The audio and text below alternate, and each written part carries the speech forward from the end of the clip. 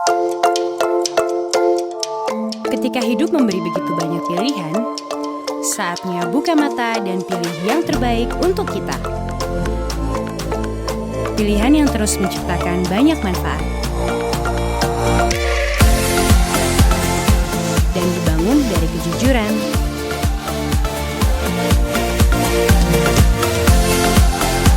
Pilihan yang mengerti semua kebutuhan. Agar kita tak salah ambil langkah.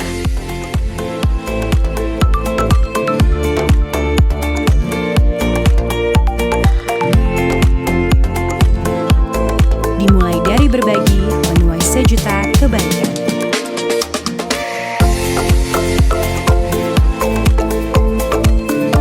Saatnya memilih yang lebih baik.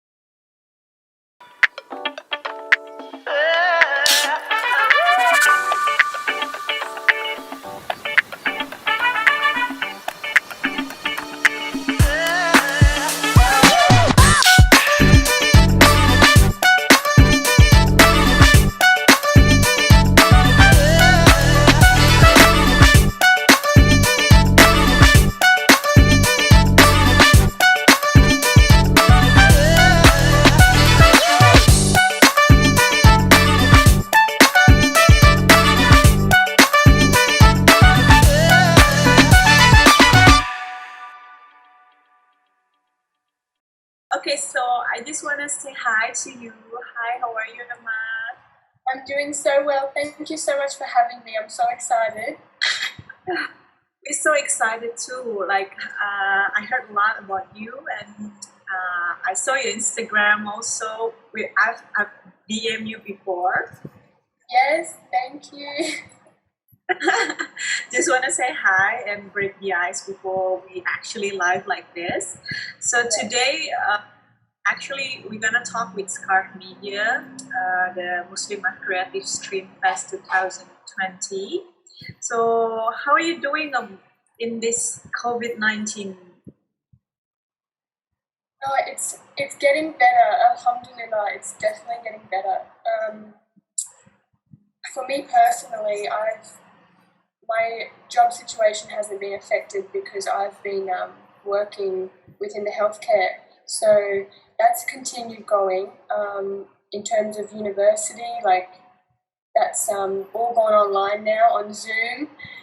So that's fine. But yeah, I think, definitely the communities come together and really worked together for the outcome that's happening, and things are definitely getting better. So that's good.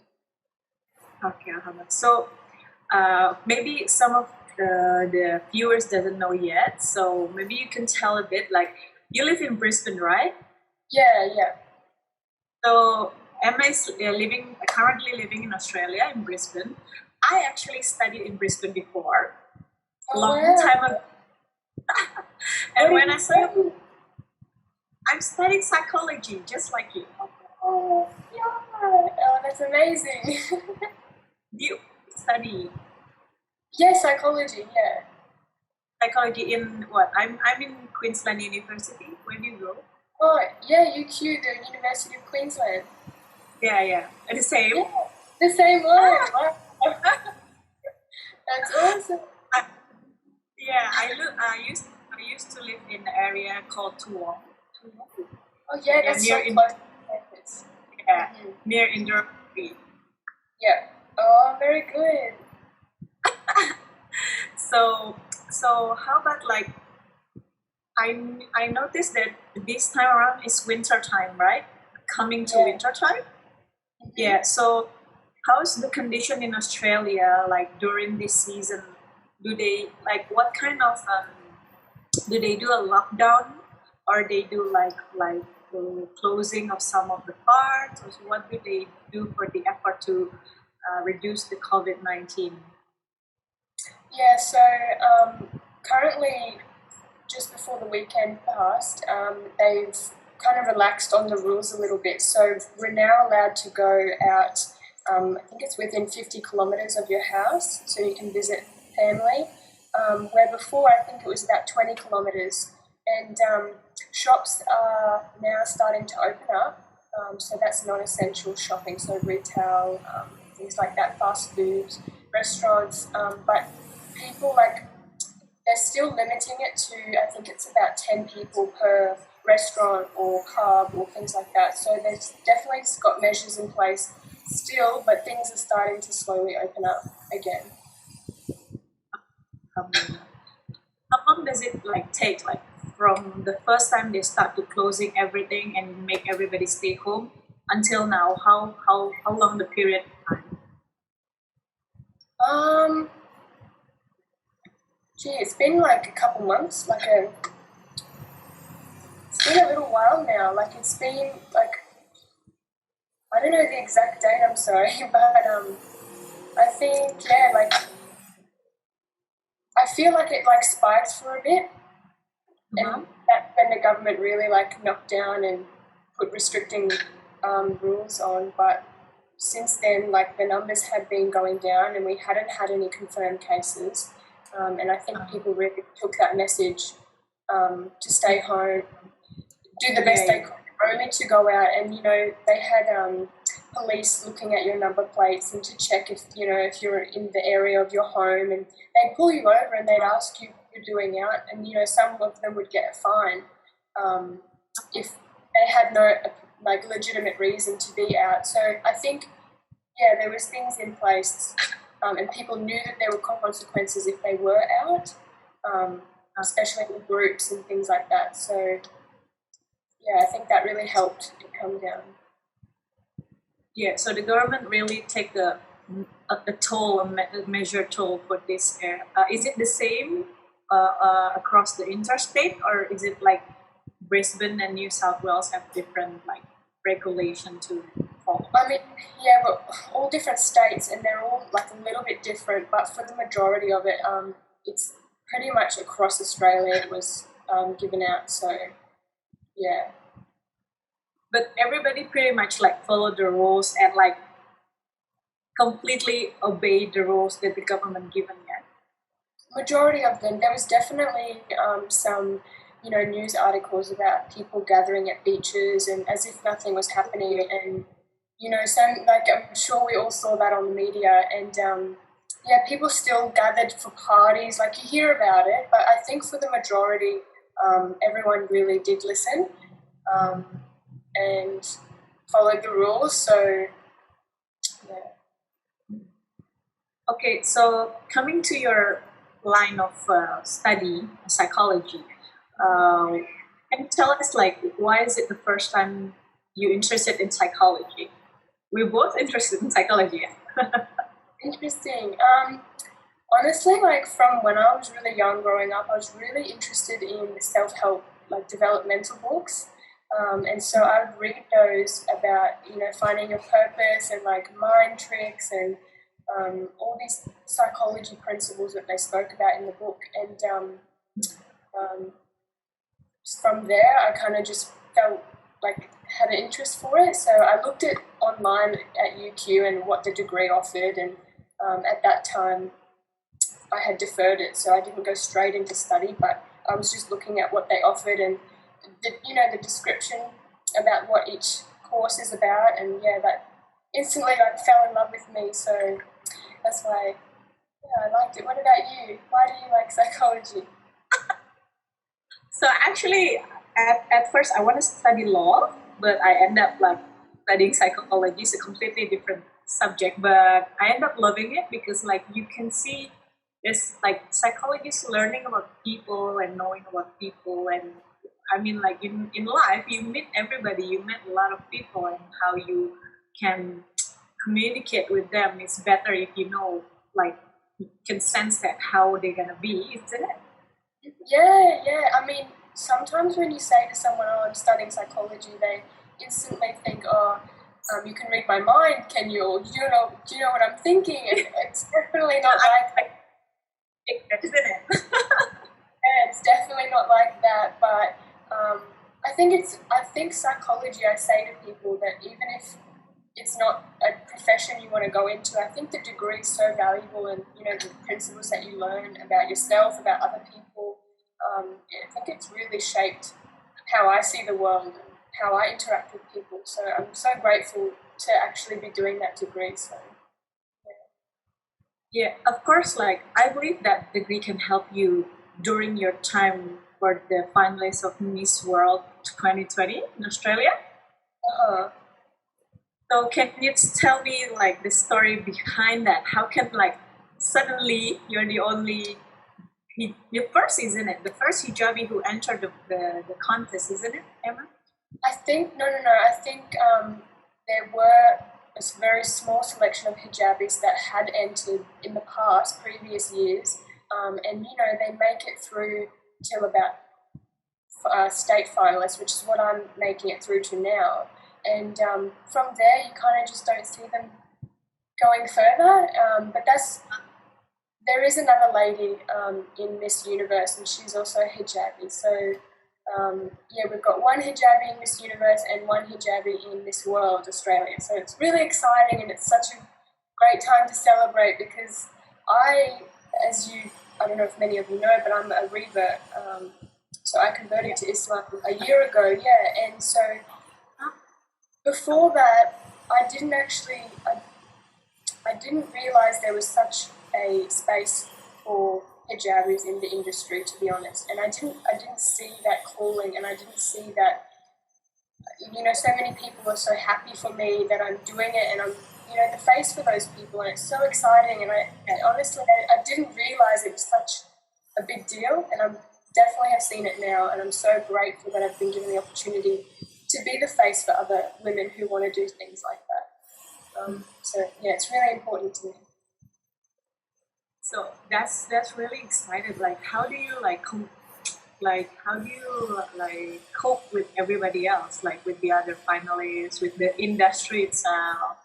Yeah, I mean, when I did go there, it was kind of like, I feel like with the industry, there's definitely like certain characteristics of a woman that seem to be making it through. And I think we're in a place now where diversity is growing, and it's bigger than it's ever been before, and it's more accepted, and you're seeing a lot more of that now, which is amazing. And I feel like now that it's starting to shift. We're not where we want to be, but it's definitely going in that direction. And for me, being with the other girls, it was so exciting. They were so beautiful about it. They were so welcoming.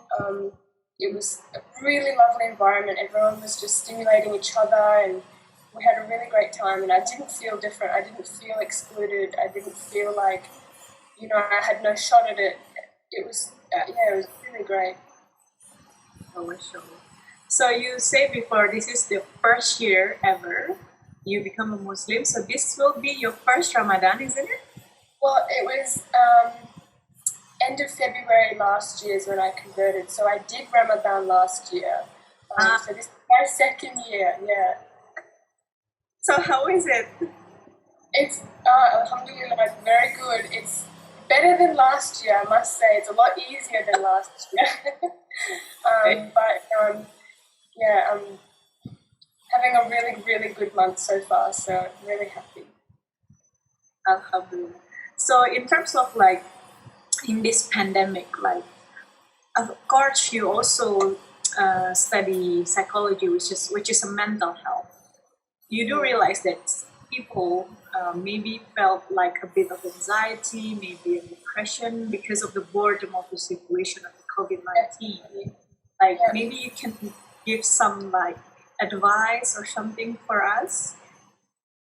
I mean, I've known people personally who've been affected by COVID-19, and for example, for funerals or for weddings, people giving birth, like it's such a sad time for everyone. But at the same time, I see situations like this bringing people together. And for example, Anzac Day, where we can't go and congregate together, and remember who's passed. But what they did was, they got up at dawn, they were on their lawns with a candle, and you could see that. And I was actually on my way to work that morning, and I was driving past, and at dawn, everyone was on their driveways with a candle.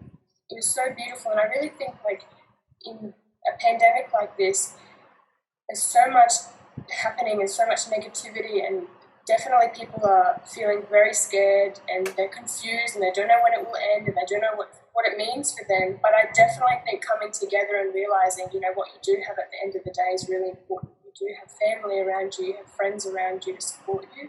And I think it's definitely, I think there was a bit of a misconception with, social isolating, and people really took that as, social isolating, even virtual isolation.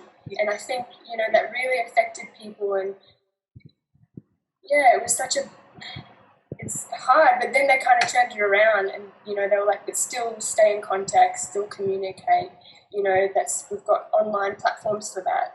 And, I think it's perhaps using your resources, what you have, to stay connected. Yeah, it's like we're more like nowadays, like we're not taking anything for granted anymore. We're being like more like we're thankful for every little things that happens, like being with family, something like that.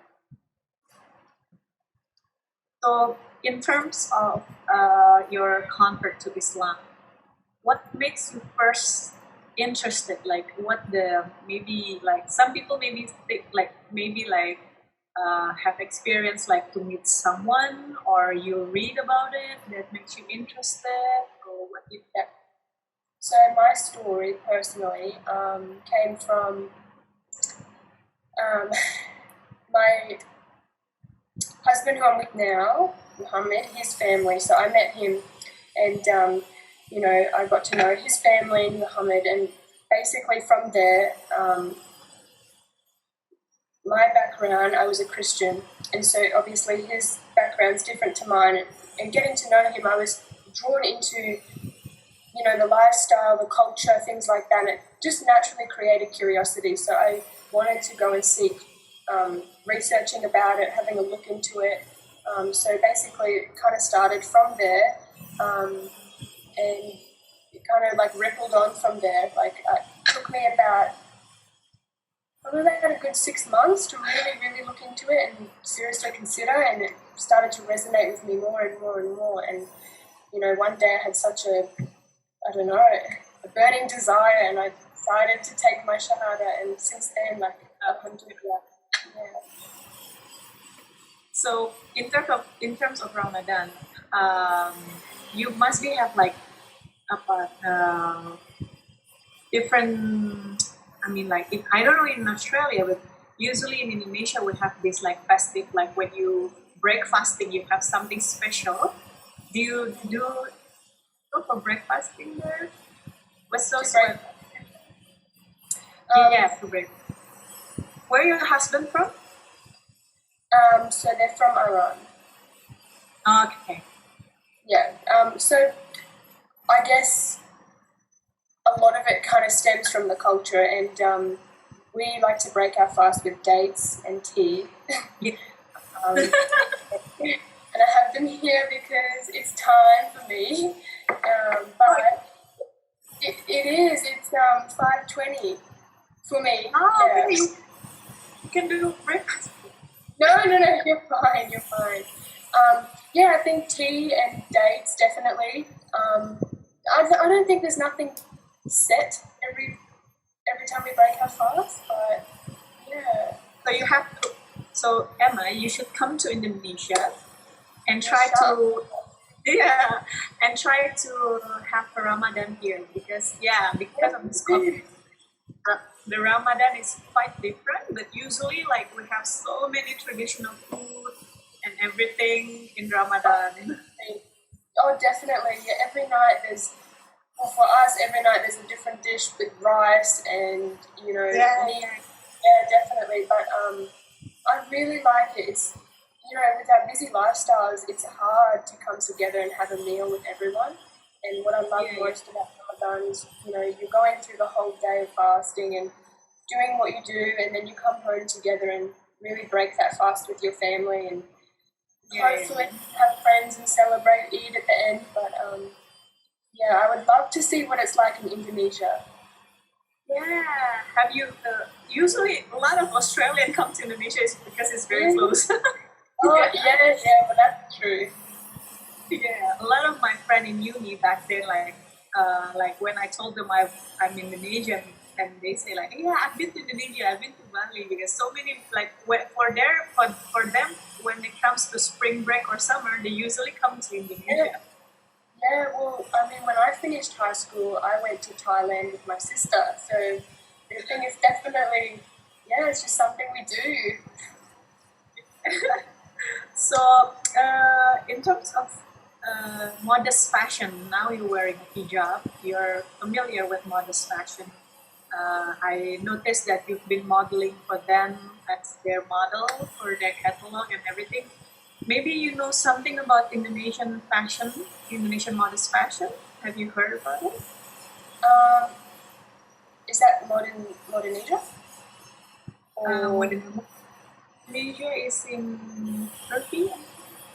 So actually, Indonesia is like the most populated Muslim in the world. Yeah. So in terms of modest fashion, I mean like hijabi fashion in Indonesia is very big and very broad. So we will have you sometimes here as our model. Oh, thank you, inshallah. I'd love that. This a great opportunity. I'd love to meet many more people and get into the industry a bit more. It'd be amazing because I know it's how do I say it? Like, yeah, it's so big over there. It's so open and like normalized, I suppose. Where like because it is an Islamic kind of country, and here, like Western country, modest fashion sometimes is hard to come by, and sometimes hard to find pieces that does the job you want to do. So it would be amazing to come. So in terms like the face of a woman empowerment for Muslim woman, you can tell that you're like the face. Can you tell us the meaning of woman empowerment to you, especially like being the finalist of Miss Australia, Hijabi, something like that? Yeah. I think one thing that really stands out to me now, where it didn't before, but it's not letting stereotypes define you as a person. And that, to me, as I said, it wasn't something that meant so much to me before because I never, I blended into society, but now I'm in a society where I'm, that on the other end, and I'm not so blended in, I more stand out than everybody. And I think definitely, not letting stereotypes define.